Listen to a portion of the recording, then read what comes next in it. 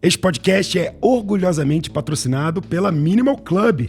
Dá uma sacada aqui, ó. Ela tá aqui, ó, e tá aqui também. Eu sempre faço podcasts com a blusa. E se você quiser saber mais, aqui na descrição tem um link para você comprar com 15% de desconto. Também tá aparecendo o QR Code na tela. Então não dá tempo mole não, já entra no site, reserva a sua, fica de minimal, igual a gente. Mas, Sérgio, sabe uma coisa que eu tenho pensado muito, inclusive quando a gente tem dado a aula aqui, né, que eu e o David somos os professores aqui do nosso curso de Advisors. Uhum. E tem uma coisa que a gente bate muito aqui, e eu queria ouvir a sua opinião, é justamente sobre propósito. Então, a gente vem assim, insistindo muito com os nossos futuros advisors o quanto que é importante para as empresas que elas tenham o propósito. Então, ela tem a missão, mas já tem o propósito acima disso.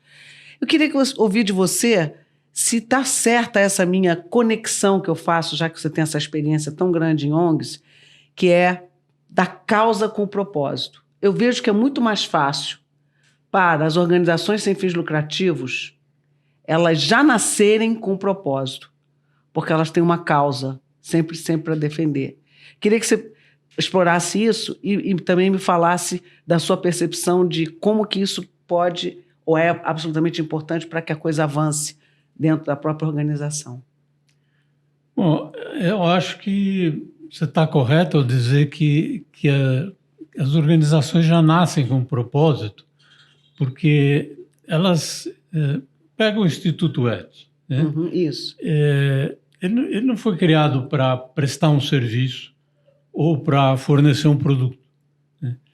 Você tinha ali um grupo de empresários que já atuavam numa outra organização que era o PNBE, Pensamento Nacional das Bases Empresariais, e que viam a necessidade, né, de olhar mais para a questão social, né?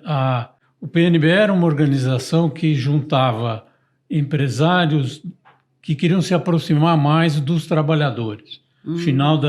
Finalzinho da ditadura e tal, e querendo abrir mais a questão de ter um contato com a sociedade que levasse ao progresso.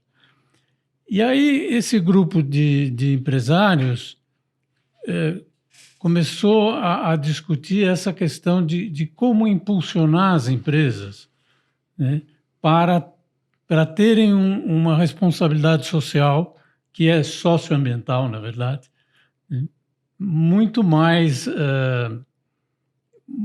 inserida realmente na estratégia da empresa. Era o ESG, era o ESG. É o ESG. Da década de? Da década de 90. Tá vendo? Né?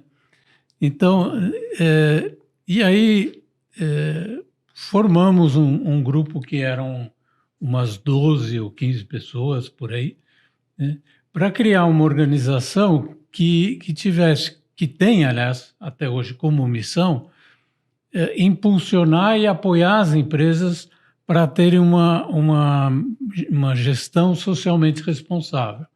Então, esse é o próprio propósito, né? A missão está no propósito de que tem que ter uma sociedade melhor através da responsabilidade das empresas. No Ethos, por exemplo, surgiu o Instituto Acatu pelo consumo consciente, né? Quando se debatia dentro do Ethos formas de impulsionar essa responsabilidade social das empresas. E surgiu a ideia de que, poxa, se os clientes das empresas, né, começarem a cobrar isso delas, tem aí um caminho de modificação, né, de evolução das empresas, porque elas vão ser estimuladas pelos seus clientes. E aí, do Ethos nasceu, então, o Acatu, já nasce com o propósito, né, de estimular as empresas a terem uma forma de gestão, né, que leve a respeitar o meio ambiente, a respeitar as pessoas, porque nós não vamos abolir o consumo, né? Nós todos precisamos comer, precisamos nos vestir, precisamos morar, né?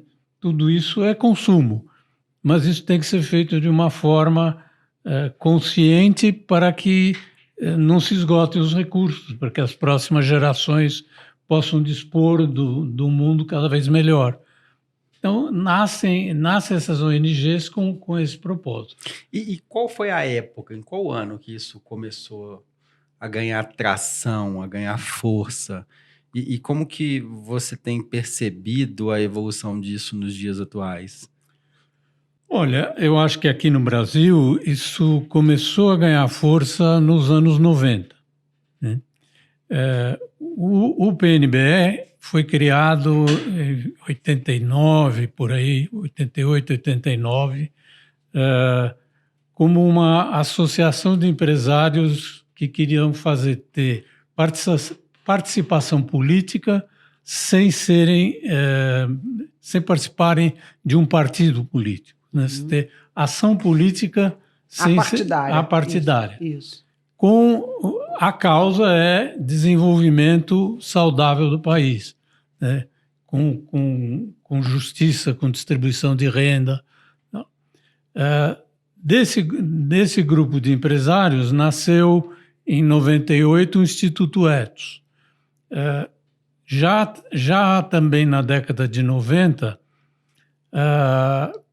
surge o GIF, que é o Grupo de Institutos, Fundações e Empresas, que foi criado para juntar empresas que tinham fundações ou institutos para fazer investimento social privado, né?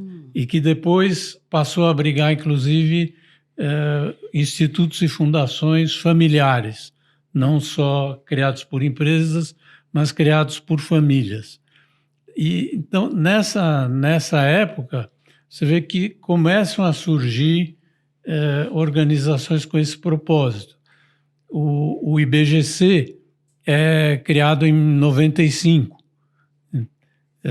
com o propósito de melhorar a governança das empresas. Talvez não tivesse, não participei da fundação, talvez não tivesse na fundação a clareza do propósito que tem hoje, mas tinha o propósito, só que depois conseguiu explicitá-lo numa frase. Hoje o IBGC tem como propósito uma boa governança para uma sociedade melhor. Mas isso já era a ideia que estava lá atrás, só não estava explicitado. Então, acho que aí é o propósito que faz nascer as organizações. É isso mesmo. E me diz o seguinte, me explica, na sua visão, qual é o propósito do Ethos hoje? Porque ele nasceu desse PNBE, né? Uhum. E aí, em 98, ele foi criado. E hoje, qual é a grande linha de atuação do Ethos? O Ethos tem como missão ajudar as empresas a promover uma sociedade socialmente sustentável, né? A linha de atuação está muito em levar as empresas a elevar a barra, né, dos seus critérios de atuação. Hoje estamos trabalhando muito na ideia de combate à corrupção. Né? Combate à corrupção e diminuição das desigualdades. São duas linhas principais de atuação do Ethos hoje. E o Ethos faz isso promovendo encontros com as empresas, né, e desafiando as empresas a levantarem a barra, né? Quando ele começou em 98, mal se falava de responsabilidade social das empresas. Quando se falava em responsabilidade social, as pessoas pensavam muito na filantropia. Isso. Na filantropia empresarial, que é um elemento Importante positivo, também, importante. Claro. A sociedade precisa dele. Mas a ideia da responsabilidade social é que isso vá para o cerne do negócio da empresa. Isso. Né? Que ela tenha um produto que seja bom para a sociedade, né? E um produto que não destrua o meio ambiente e que ela promova o bem-estar de todos os stakeholders, né? Funcionários, fornecedores, clientes, considerando muito os direitos das pessoas, né? Levar uma empresa, por exemplo, a pensar, dizer, qual é a qualidade de vida que tem meus funcionários? Existe uma remuneração justa, né? O que os funcionários precisam para ter uma vida digna? E aí, curtiu esse corte? Então tá na hora de você compartilhar também o seu amor com a gente, né? Dá a curtida, aquele comentário, mas principalmente não deixa de se inscrever aqui para acompanhar todos os próximos cortes. A gente não vai parar de fazer conteúdo não, mas eu vou parar 3 segundos para esperar você comentar ou assinar a gente. Beleza? Tô te esperando no próximo.